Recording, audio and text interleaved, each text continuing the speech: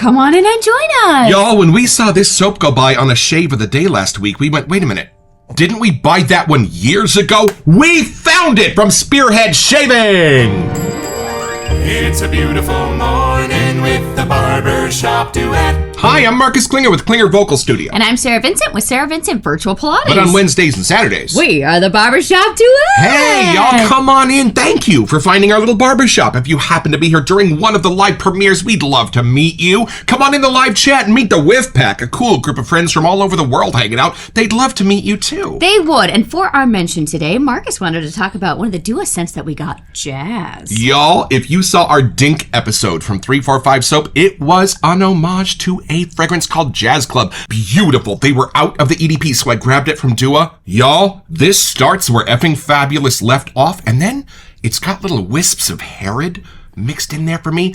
An amazing scent. What did you think of this one? There's something in the middle of this that's turned up that I did notice in Dink, and I'm really having a fun time with it. It's kind of mysterious somehow. Right, and kind of gives the illusion of sweet without being sweet. Love this one. And y'all, for our soap today, sometimes we mess up. We saw this go by on a shave of the day. We went, wait a minute. Didn't we buy this one in 2003? We sure did. We're off to faraway France today. Y'all, let's meet the soap.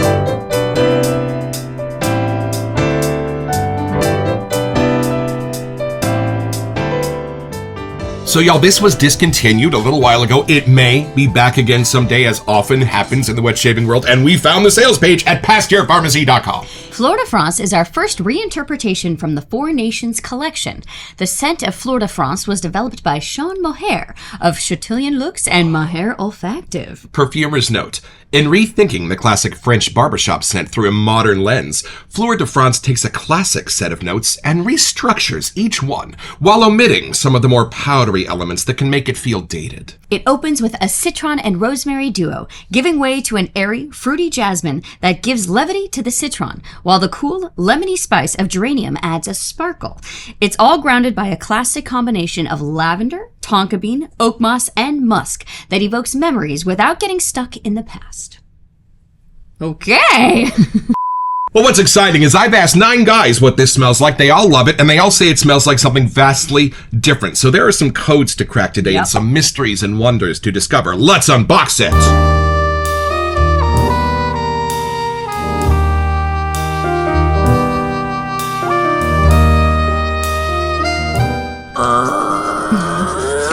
I don't know what we thought was in this box, but we didn't realize it was this one. Oh, this will be fun. Let's see what else we bought all the way back then. Look at the code here.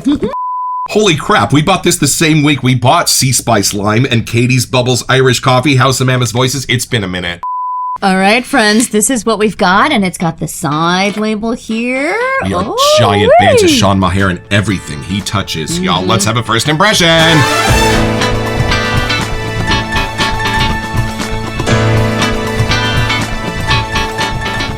All right, I want you to take this in and tell me if there is powder in it, because that's the most common thing I've heard, but then they said here, they've taken that back out mostly. So I'm curious to see what you get. Take it in, see what happens. Let's see. I'm off to France, it sounds like. Right. Okay.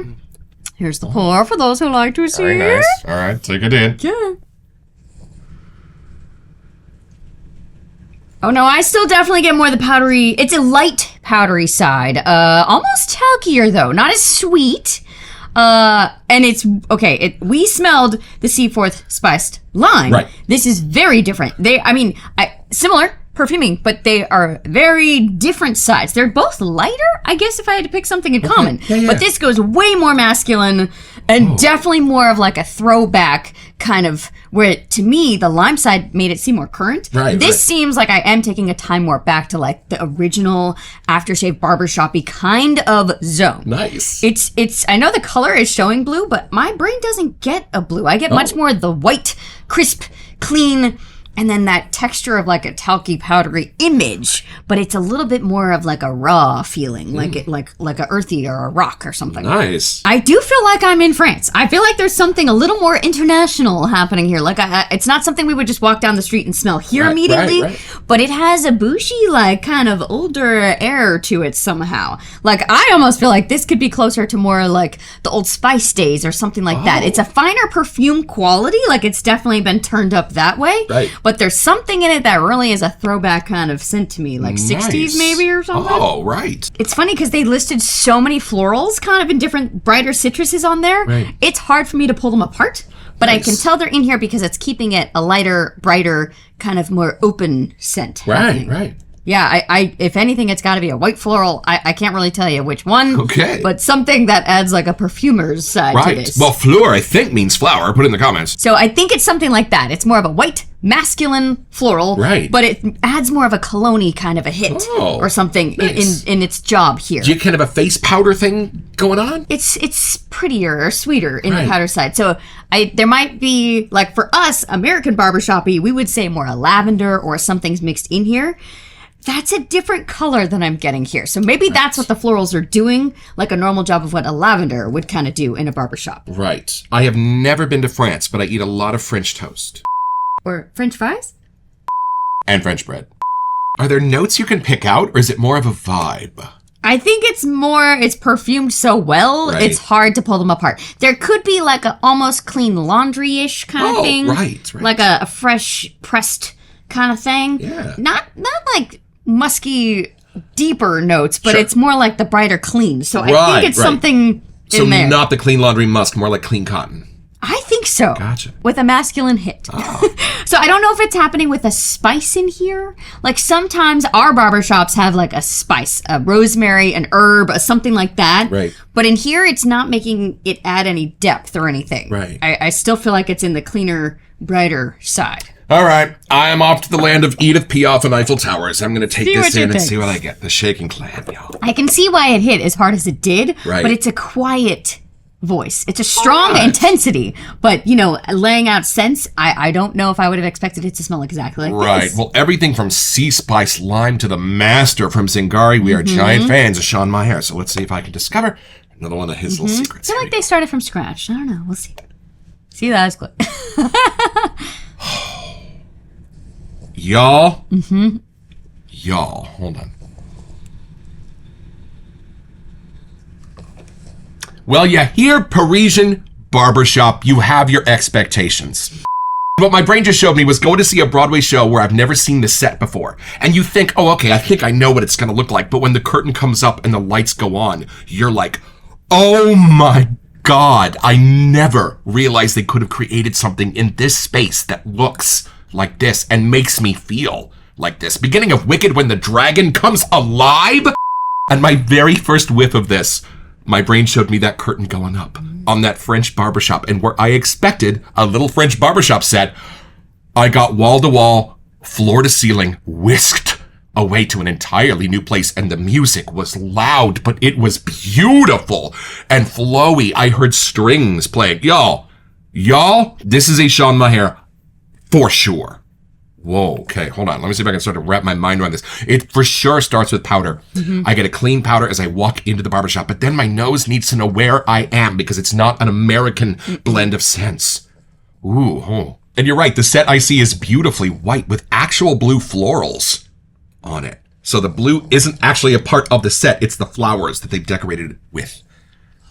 He's taken just enough sweetness off the citrus where that's not how it's doing it sweet, but not enough where they become dry or savory. The perfect balance. They're not candied, but they're not leathered either. Ooh. Yeah, nothing gourmandy. Like they're just in there to add to that. Right. It's a polished, distinguished scent. If you keep whiffing from across the ocean, you can smell echoes of our early American aftershaves. I would say a tiny bit of everything from Aqua Velva to Shave Chaser that they have the sweetness swirling around in the bottom of those scents is in here just a little bit, just as a little echo, just as a little reminder that this knows what shoulders it's standing on. But it's going off in some amazing new clean directions. And the funny thing is, this would not satisfy the Marcus Clean scent that I am on a quest to find. Because with that scent, you would not sense that I'm wearing anything. You would just have a sense of a clean person. This has way too much of a personality. But the thing is, that personality is so fun. That personality is so friendly and automatically hospitable that you would just want to dive in. You don't care. It's not what you're used to. whoa, I'm not even sure how they're doing all of this. I mean, I guess it's citruses, but I just see a sparkling carbonated version of lemon and lime in the heart of this. This is wild. I think it did say sparkle when I was reading, didn't it?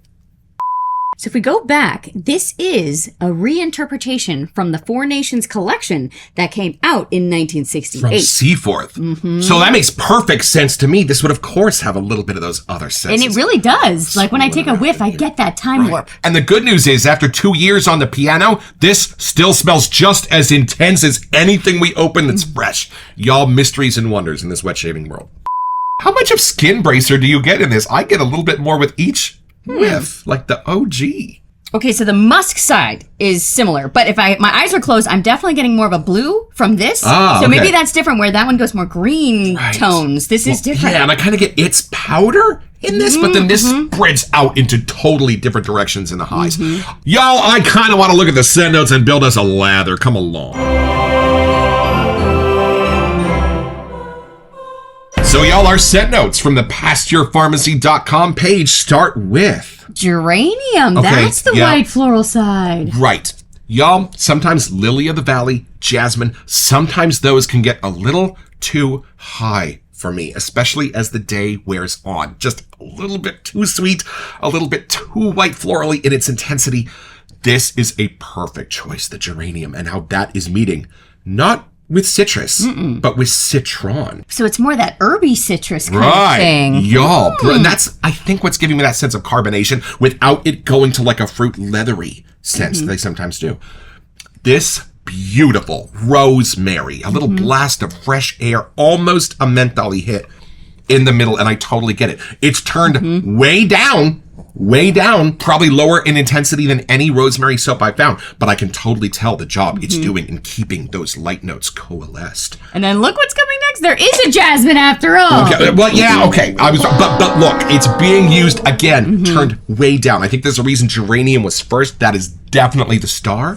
But how is the jasmine being used in here? And you know what? It's funny.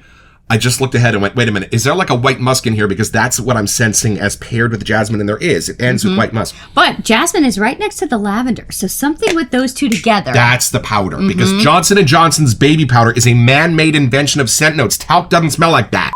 And that's what's doing it. The jasmine, the lavender, and then hitting with that white musk at the end to take the edges off and make it a little bit more of a refined, grown-up powdery scent. But this is here what helps it be a little more grown up. I think it's the coumarin and the oak moss, actually. That's what makes it a barbershop. I mean, you have to. Oak moss is almost an imperative, but it's in how it's being used. Oak moss can get super squinchy super fast. So again, it's all in the balance and all in what's surrounding it. How are they taming that oak moss? You know, now that I smell it, you'd miss it if it wasn't there. Right. That adds the masculine, like, clean-cut side somehow. But it's so subdued. It is so turned down. Sean had to look at the oak moss 9 times and go, shh.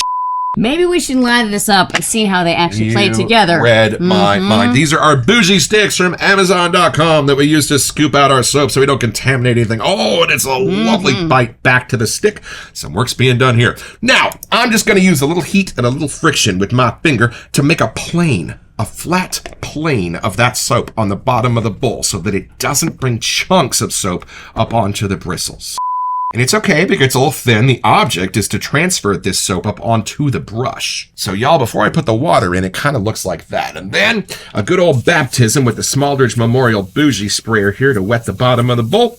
Then we're going to take a dry brush to it. And y'all, I'm going to let Sarah do the honors because this is her brush. This was a gift from Teton Shaves. It is in their Zen series. It's got a little stack of rocks in there, just like the Jedis used to make. All right, here we go. We're going to go one way with that brush. We're going to go the other way. We're going to start pulling that soap up onto the bristles. A little bit of that water from the bowl itself is going to help. But then, just about the time the soap starts getting stubborn, we're going to turn the brush about 25%. Pro move, turn the brush while you're spinning it in the bowl. Yeah. Push down a little bit, see what the backbone has to say. Then turn the brush again, go forwards, go backwards. It's super easy with this HC&C bowl. This was a gift from Pete Hendricks at the beginning of our journey. I bought one immediately following. Thank you, Pete.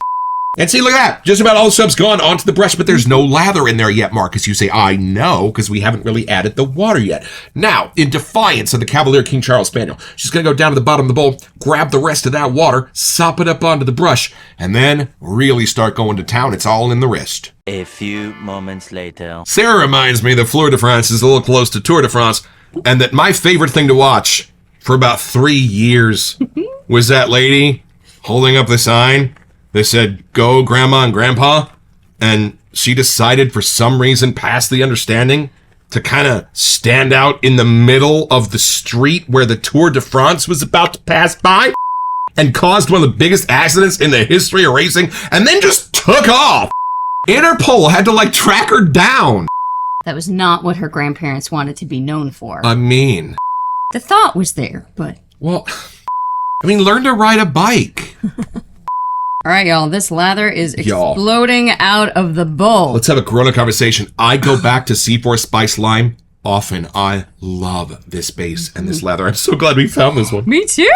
They're polar opposites, though, which is so fun. They really are, and I love that. Well, I think that's the mark of a great perfumer. Everything that I have smelled Sean do is so different. I would never know soap to soap that they were his. But even within the Seaforth lineup, if this was their original in 1968, they came out after Seaforth, this is such a different lane for them. This is taking everything that I love best about all the aftershaves of the 40s, 50s, and 60s, combining those things and then giving it a little bit of an international barbershop flair. Yeah, and turning up the bougie side somehow. I totally get it. And y'all, this is something you will only find here in the Barbershop Duet. This is the ho ho ho with on 3, 1, 2. Ho ho ho.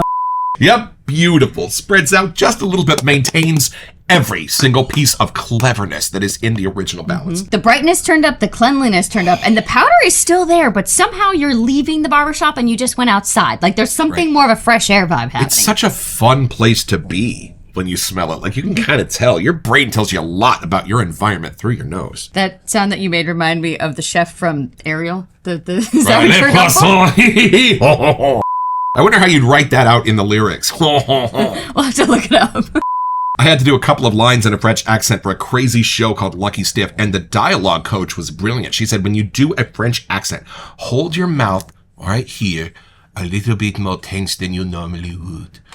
One of my voice students went to school in Nice, France. You know why they pronounce it Nice? Because they don't have a word for nice. I'm kidding. Will Rogers said that. It's fine. I think you last night had the European family vacation, whatever. Yo, Chevy Chase with the dog off the Eiffel Tower. Those hats, man. We should have put hats on. We should have got berets with our names on them. We dropped the ball. Yeah. Is this a barbershop? One more time. Yes, with an extras of a classic aftershave homage kind of moment happening. Agreed. Maybe it's not an homage. It's an OG because it's kind of from back then, right? Something limey in the middle of this. I've been trying to put off saying that because I was going, is my brain just connecting this with Spice Lime? But no, I'm sensing something limey from Seaforth. I think it's the citron. Right. To me, that's an orange color, but then if you put the rosemary next to it, that's green. There's something in the herby stuff that's mixing. Y'all, just to point you in a direction, a little bit of a cashmere sense even being created for me in this. This is lovely. The complexity, the cleverness, the balance of this is off the charts. And y'all, we don't do shaving on our show like Mark Cerati does, but we do want you to see how this lather coats the face, because I think you can tell a lot about the lather, seeing it go on a moneymaker. And y'all, look at that. Luxury lather right there. See if I can smell. What a great way to experience aromatherapy, actually surrounding your nose with it. Yeah, us gals can't do that. It's not fair. That's why I get to put on my face during the show. That lime transforms. Soon as I find it, put my finger on it, it goes, haha, I'm not lime and I'm moving over here. Y'all, there's a lot of movement in this too. That's funny. I don't think I get the lime. I think I get the oak moss or the something else, but maybe in the citrus floral side is just brightening it and making it more pretty. Maybe it's like the lime rind. I feel like I'm getting the outside. I don't get the inside. I almost smell like oleo sacrum. You know, when we make country lemonade, so we combine the sugar and the lemon peel overnight, and we let the sugar suck the oil, the essential oil out of the lemon. Something like that's going on in here. I feel like it's time to take this just a little deeper. Down to the south of France we go.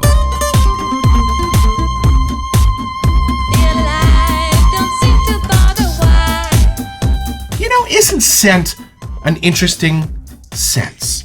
I know we take a little bit of crap from Douglas Smythe for doing a first impression show, but there are things I get in the first impression that I don't get later on. Because my brain makes up its mind about things. Like my brain has kind of decided for right now that this is super close to Skin Bracer.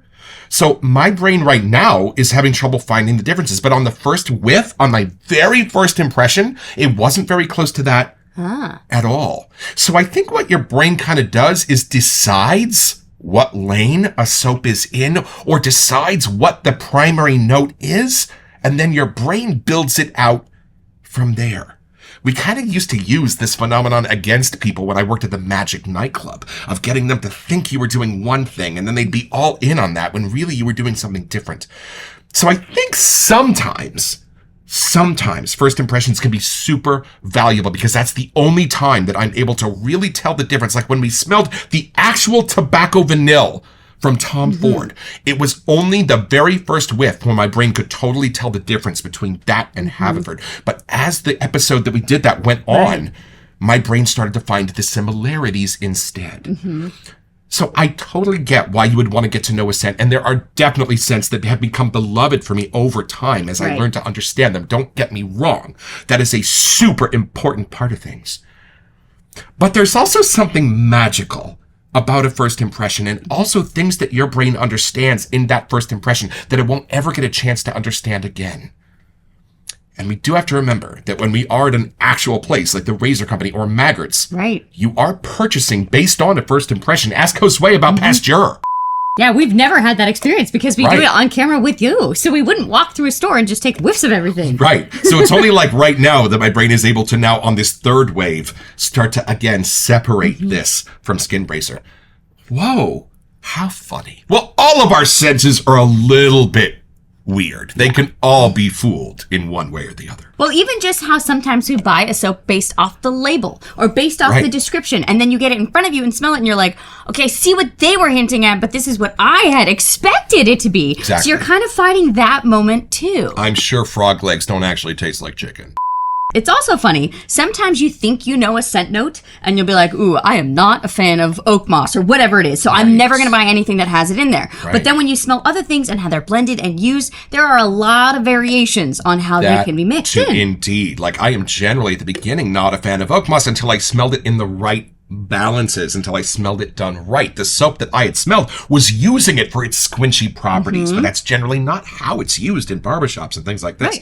Mysteries and wonders. Just like patchouli for you too. Like at the beginning and rose for me, we thought we knew it, and there are a lot of different versions on them. I even got to know and love the danky San Francisco State University version of patchouli thanks to certain soaps like Bad Santa, because it is about what surrounds them, much like people.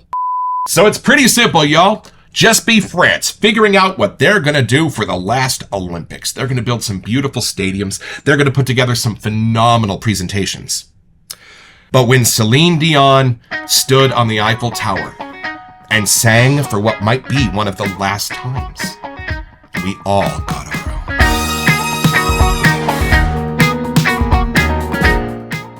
So head over to spearheadshaving.com where you'll find this and all kinds of other cool stuff.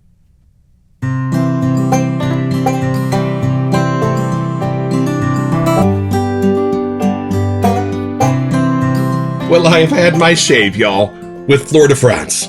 And I think I'm putting my flag in this.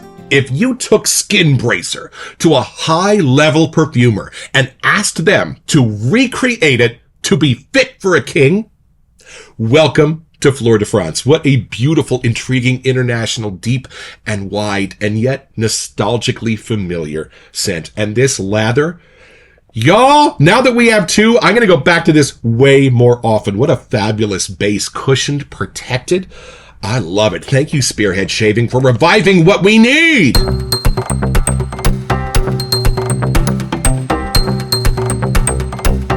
Welcome to Messages. So for our May giveaway, we wanted to give you a chance to get $20 to Phoenix Artisan Accoutrement. Yeah, y'all, and all you have to do to be eligible is send us an email here to We Sent You at the Barbershop Duet so that we can get back to you. It's the only way we communicate about our giveaways, and then check back here on our first June episode to see if you are our lucky winner. Best of luck. Y'all, if you are sharp-eyed, you might notice that we are rather big dog people around here at the Barbershop Duet. So sometimes when a member of our beloved whiff pack loses one of their beloved family members who has gone on to wait for them at the Rainbow Bridge. We'll put their picture here on the set. Who are we remembering today? We have Willie the Wonder Dog and we have Lily here. Both of them had lovely long lives and their pictures were so sweet. So was it worth the year wait? I totally get what Carlos has been talking about this whole time now. This is such a beautiful soap, and no wonder it still shows up on Shape of the Days. It's funny because it is similar to certain things, but it's still to me like its own lane somehow. Well, wouldn't you love to know what Sean Maher's nose might do with something as classic as Skin Bracer? Now we kind of have our answer. And it's been elevated, too. There's a bit of dapper luxury sits over the top of all of this. Maybe that's what's fun about it. Yeah. It's kind of that fun, whimsical, who cares nature of a dime store aftershave from the 50s, but also a really prominent, beautiful, luxurious scent of Paris in an open-air barbershop. There you go. I've also heard we need to get the one that has the black logo. Which one's that one? Right! Incense! There you go. We've done 3 incensey soaps. Nothing. We are Roman Catholic! We know incense and we need it now! So now I feel bad. I'm going to go to their site today and get the black one and maybe 1 or 2 more. So you will see some more of these coming up, y'all. These are exceptional. And they have such pretty matching labels and style. You just got to add more friends in the den. Don't forget your next appointment with the Barbershop Duet. You'll smell better just watching this.